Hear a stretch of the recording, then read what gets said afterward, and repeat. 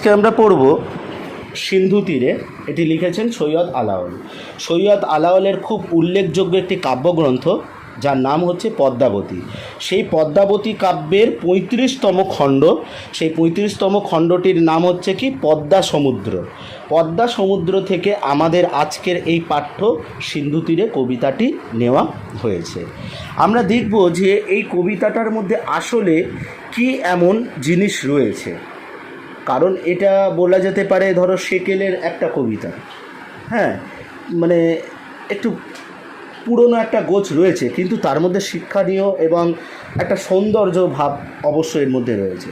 তাহলে আমরা প্রথমেই জানলাম যে সৈয়দ আলাওলের লেখা পদ্মাবতী কাব্যের পদ্মা সমুদ্র খণ্ডের এটা একটি অংশ সিন্ধু তীরে নাম নিয়ে আমাদের কাছে পাঠ্যের হাজির হয়েছে, তাই না? আমরা এই কাব্যগ্রন্থ অনুসারে আমরা বলতে পারি যে এখানে কি কি দেখা